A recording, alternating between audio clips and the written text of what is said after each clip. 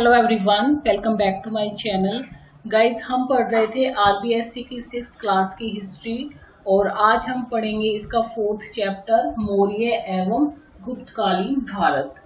ये रीट एसएसटी के लिए बहुत ही इम्पोर्टेंट है। इन क्वेश्चन के माध्यम से हम पूरा चैप्टर कवर करेंगे और इसके माध्यम से आप अपनी तैयारी का आकलन भी कर पाएंगे। और रीट एसएसटी में जो अधिकांश क्वेश्चंस होते हैं इन बुक से ही पूछे जाते हैं। तो चलिए फिर स्टार्ट करते हैं आज का वीडियो। तो हमारा पहला क्वेश्चन है, मौर्यकालीन साम्राज्य की राज व्यवस्था एवं शासन प्रणाली की जानकारी देने वाली अर्थशास्त्र नामक पुस्तक के रचनाकार कौन थे? ऑप्शन है चाणक्य, कौटिल्य, विष्णुगुप्त या उपर्युक्त सभी। तो इसका राइट आंसर क्या होगा?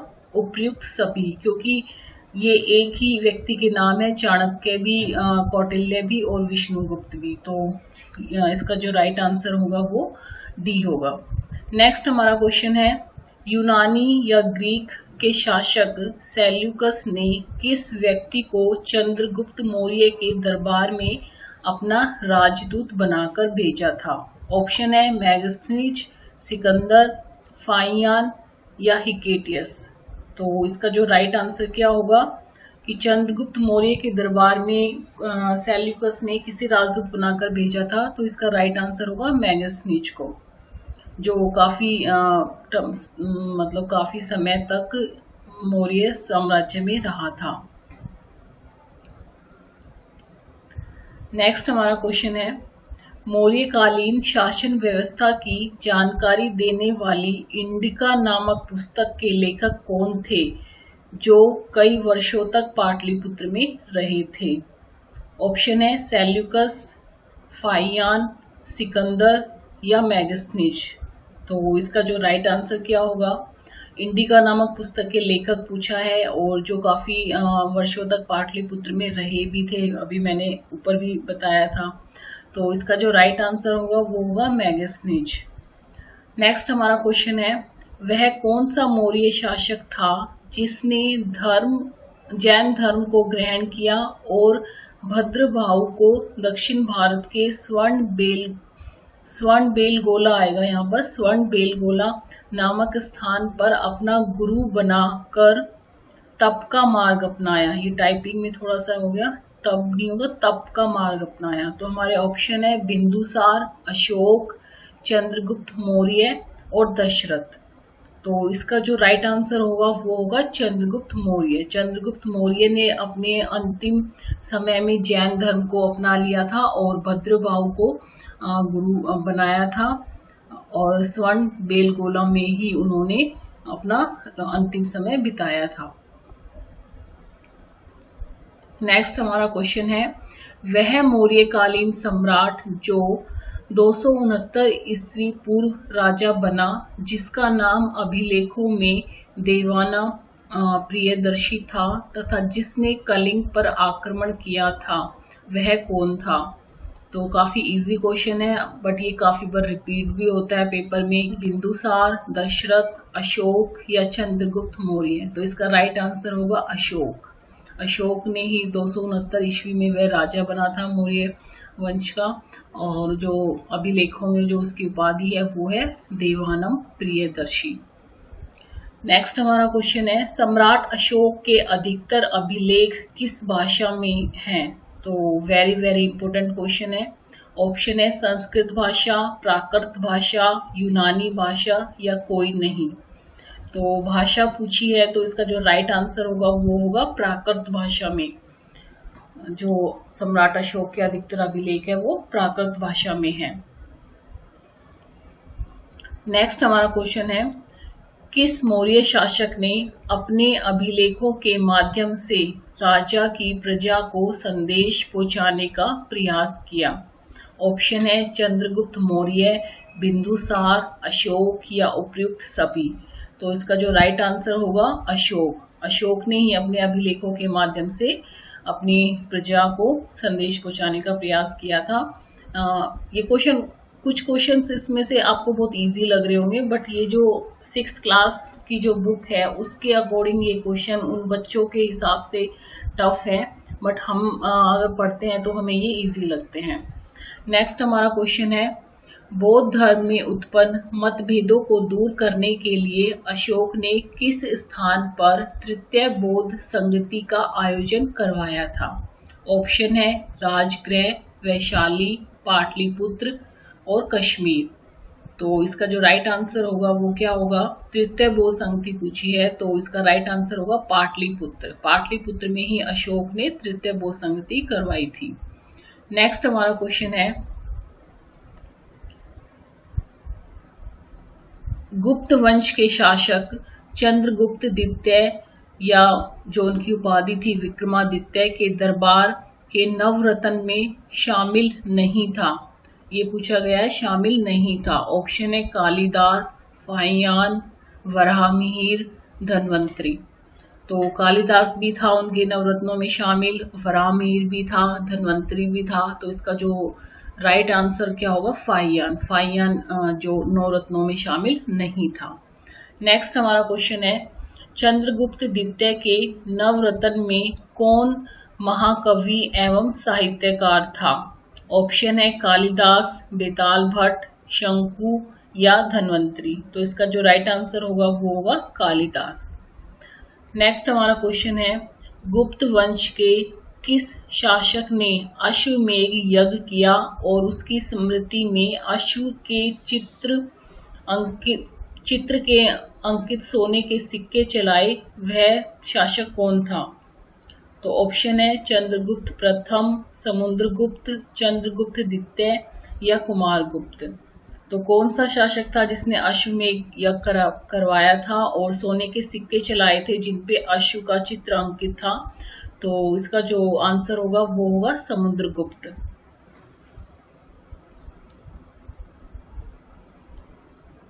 नेक्स्ट हमारा क्वेश्चन है, गुप्त सम्राट समुद्रगुप्त के उस मंत्री का नाम क्या था जिसने प्रयाग प्रशस्ति में समुद्रगुप्त के विजय अभियानों का वर्णन किया है?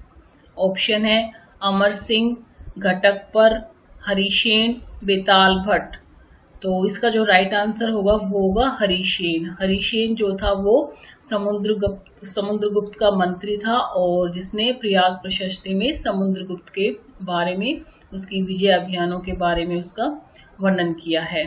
नेक्स्ट क्वेश्चन है, वह गुप्त शासक जो स्वयं एक महान संगीतज्ञ था जिसे वीणा वादन का शौक था? तो ऑप्शन है चंद्रगुप्त प्रथम, समुद्रगुप्त, भानुगुप्त, कुमारगुप्त प्रथम। तो इसका जो राइट आंसर होगा वो होगा समुद्रगुप्त। समुद्रगुप्त जो था उसको वीणा वादन का शौक था और वो एक महान संगीतज्ञ था। नेक्स्ट हमारा क्वेश्चन है, चीनी यात्री फाहियान ने किस गुप्त शासक के काल में भारत की यात्रा की? ऑप्शन है चंद्रगुप्त प्रथम, समुद्रगुप्त, चंद्रगुप्त द्वितीय और कुमारगुप्त प्रथम। तो इसका जो राइट आंसर क्या होगा? चंद्रगुप्त द्वितीय। ये हमें ध्यान रखना है कि चंद्रगुप्त प्रथम के काल में नहीं फाहियान आया था, चंद्रगुप्त द्वितीय के काल में, जिनकी उपाधि भी थी विक्रमादित्य। नेक्स्ट हमारा क्वेश्चन है, मौर्य काल में अशोक द्वारा नियुक्त धम्म महामात्र नामक अधिकारियों का क्या कार्य था? जो अशोक ने अपने काल में जो धम्म महामात्र नियुक्त किए थे उनका कार्य क्या था, ये पूछा गया है। ऑप्शन है सेना पर नियंत्रण रखना, लोगों को शिक्षा देना, वित्त की व्यवस्था देखना या उपयुक्त सभी। तो इसका जो राइट आंसर होगा वो होगा लोगों को शिक्षा देना। एंड इसके बाद गाइस हमारा नेक्स्ट क्वेश्चन है, गुप्त वंश की स्थापना कौन सी शताब्दी में हुई थी? ऑप्शन है चौथी शताब्दी ईस्वी पूर्व, छठी शताब्दी ईस्वी पूर्व, चौथी शताब्दी ईस्वी या फिर दूसरी शताब्दी ईस्वी। तो इसका जो हमारा राइट आंसर होगा वो है चौथी शताब्दी ईस्वी। जो गुप्त वंश की स्थापना हुई थी वो 319 या 320 ईस्वी के आसपास हुई थी। तो इस हिसाब से हमारी कौन सी शताब्दी हुई? चौथी शताब्दी ईस्वी हुई। नेक्स्ट हमारा क्वेश्चन है, मौर्य वंश एवं गुप्त वंश की स्थापना के बीच लगभग कितने वर्षों का अंतराल था? ऑप्शन है 640 वर्ष अंतराल, 320 वर्ष या 840 वर्ष अंतराल या 322 वर्ष लगभग। तो इसका जो राइट आंसर होगा गाइस वो होगा 640 वर्ष अंतराल। वो किस तरह से हुआ कि जैसे मौर्य वंश की स्थापना तो हुई थी 322 ईस्वी पूर्व के आसपास हुई थी, और गुप्त वंश की स्थापना हुई थी 319 320 ईस्वी के आसपास। तो वो ईस्वी पूर्व था और गुप्त वंश ईस्वी में था, ईशा के बाद में। तो इस हिसाब से जो हमारा अंतर हुआ वो हुआ 640 वर्ष अंतराल का। नेक्स्ट हमारा क्वेश्चन है अमित्रघात के नाम से किस शासक को जाना जाता है? ऑप्शन है चंद्रगुप्त मौर्य, बिंदुसार, अशोक या चंद्रगुप्त द्वितीय। तो इसका जो राइट आंसर होगा वो होगा बिंदुसार। बिंदुसार को अमित्रघात के नाम से भी जाना जाता था। नेक्स्ट हमारा क्वेश्चन है आचार्य चाणक्य किस विश्वविद्यालय के शिक्षक थे? ऑप्शन है नालंदा विश्वविद्यालय, बनारस, तक्षशिला या विक्रमशिला विश्वविद्यालय। तो इसका जो राइट आंसर होगा वो होगा तक्षशिला विश्वविद्यालय के। आचार्य चाणक्य तक्षशिला विश्वविद्यालय के शिक्षक थे। नेक्स्ट हमारा क्वेश्चन है निम्नलिखित कथनों पर विचार कीजिए। ऑप्शन है आचार्य चाणक्य चंद्रगुप्त मौर्य और बिंदुसार दोनों के प्रधानमंत्री रहे थे। अशोक 269 ईसा पूर्व मौर्य सम्राट बना था। अपने राज्य अभिषेक के 8वें वर्ष में अशोक ने कलिंग पर आक्रमण किया था। उपरोक्त में से सत्य कथन का चुनाव करें। तो इसमें से हमें बताना है कि सत्य कथन कौन सा है। तो पहले हम कथन पढ़ लेते हैं कि आचार्य चाणक्य चंद्रगुप्त मौर्य और बिंदुसार दोनों के प्रधानमंत्री रहे थे। तो ये बिल्कुल सही बात है। अशोक 269 ईसा पूर्व मौर्य सम्राट बना था। तो ये भी बिल्कुल सही है। अपने राज्य अभिषेक के 8वें वर्ष में अशोक ने कलिंग पर आक्रमण किया था। तो ये भी बिल्कुल सही है। तो इस हिसाब से हमारे जो ऑप्शन है आंसर ए 2 3 ये भी नहीं होगा क्योंकि तीनों ही ऑप्शन राइट है। तो उस हिसाब से हमारा जो सही आंसर बनेगा वो है ऑप्शन सी 1 2 3। नेक्स्ट हमारा क्वेश्चन है अशोक ने बौद्ध धर्म के प्रचार के लिए सोन व उत्तरा को कहाँ भेजा था? ऑप्शन है स्वर्ण भूमि पेंगू, सिंघल, यवन प्रदेश, वनवासी, उत्तरी कनाडा। तो इसका जो राइट आंसर होगा वो होगा स्वर्ण भूमि पेंगू। अशोक ने बौद्ध धर्म के प्रचार के लिए सोन और उत्तरा को स्वर्ण भूमि पेंगू भेजा था। नेक्स्ट हमारा क्वेश्चन है अशोक ने बौद्ध धर्म के प्रचार के लिए महेंद्र और संघमित्रा को कहाँ भेजा था? तो ये क्वेश्चन बहुत ही इंपॉर्टेंट है, काफी बार ये रिपीट होता है क्वेश्चन कि महेंद्र और संघमित्रा को कहाँ भेजा था बौद्ध धर्म के प्रचार के लिए। तो ऑप्शन है स्वर्ण भूमि पेंगू, सिंघल, यवन प्रदेश, वनवासी, उत्तरी कनाडा। तो इसका जो राइट आंसर होगा वो होगा सिंघल। और जो सिंघल है उसका अभी नवीन नाम क्या है उस देश का? श्रीलंका। और तो इस तरह से हम कंफ्यूज हो जाते हैं क्योंकि अधिकांश बुक्स में क्या होता है कि महेंद्र और संघमित्रा को श्रीलंका भेजा था, तो उसकी जगह सिंघल भी आ सकता है। तो आप दोनों ही नाम ध्यान रखिए। नेक्स्ट क्वेश्चन है अशोक ने बौद्ध धर्म के प्रचार के लिए महारक्षित को कहाँ भेजा था? तो ऑप्शन हमारे वही सेम है। तो महारक्षित को कहाँ भेजा था? तो इसका आंसर होगा यवन प्रदेश भेजा था। नेक्स्ट हमारा क्वेश्चन है अशोक ने बौद्ध धर्म के प्रचार के लिए रक्षित को कहाँ भेजा था? ऑप्शन सेम है वही।